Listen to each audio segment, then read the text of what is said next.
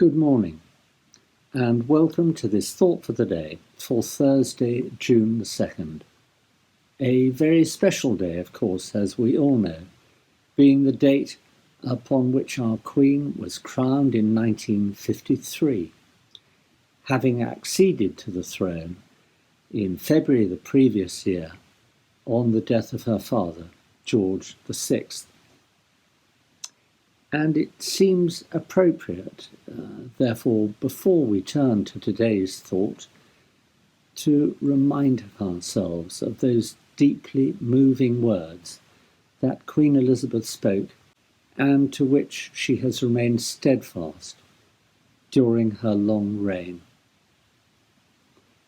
I declare before you all that my whole life, whether it be long or short, shall be devoted to your service. And that commitment, we know, has been sustained throughout her long reign by her deep faith in Christ.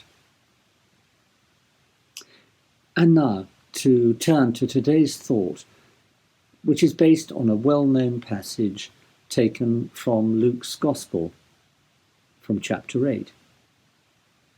And this passage follows immediately from the occasion when Jesus and his disciples were in a boat crossing the Sea of Galilee, when a storm comes up. Jesus had fallen asleep and is woken by his terrified disciples as the boat is about to be swamped.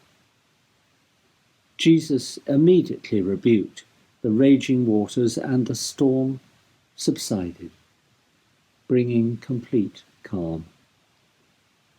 His disciples then saw that Jesus had full control, even of the elements.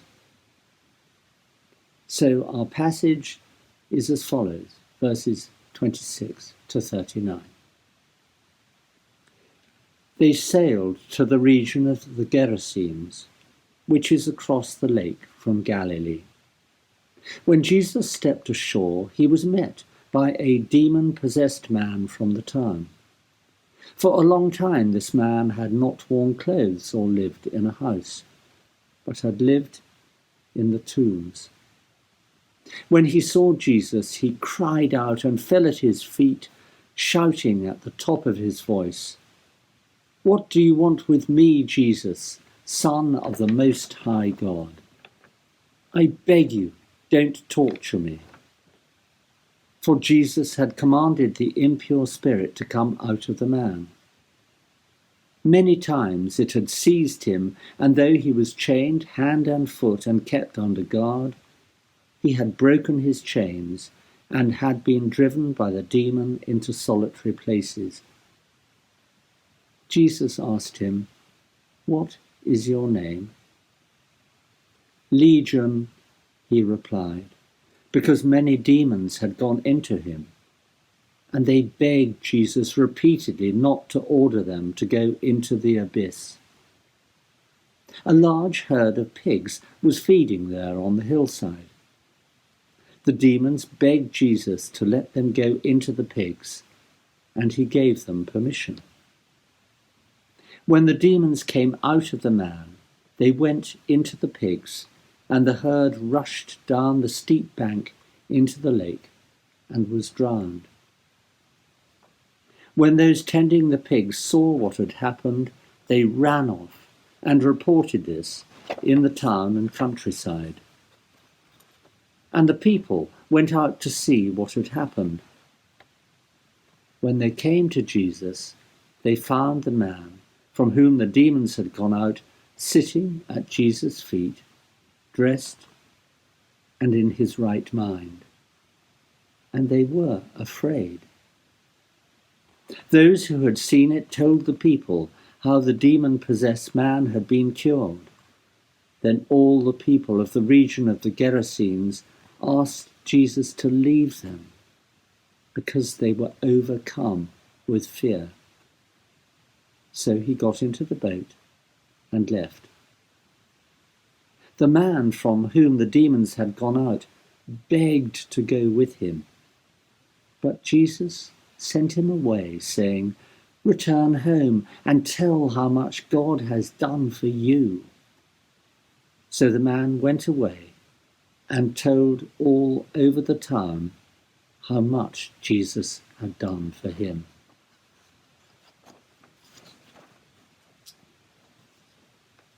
So here Jesus has met a man possessed by demons, over whom he has no control, and whose life must have been absolute torment. He is feared and cut off from society, yet when he sees Jesus, the demons within him immediately recognize Jesus as the Son of God, and it is they who are in fear. Once Jesus has healed the man by driving out the demons, he is later found sitting quietly at Jesus' feet. He wants to remain with Jesus as he has completely transformed his life. But Jesus tells him to return to his home so that he can tell all those he encounters the enormity of what God has done for him. I find this such a powerful image, and it made me wonder, what might I have that is controlling my life and from which I need release? Is it fear, a feeling of inadequacy, or perhaps unworthiness? Maybe habits that I know are unhelpful, perhaps even destructive. And whilst preparing this thought, I suddenly had a flash of those wonderful words of Jesus that are quoted in Matthew 11, verse 30. "For my yoke is easy and my burden is light." A yoke, of course, was often used to harness two oxen together so that they could share the load as they worked. So my thought today is that when we give ourselves fully to Jesus, we become yoked to him and can draw on his life-giving strength and power.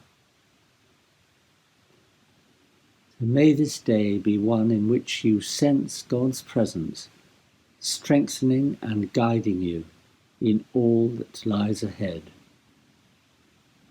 Bless you.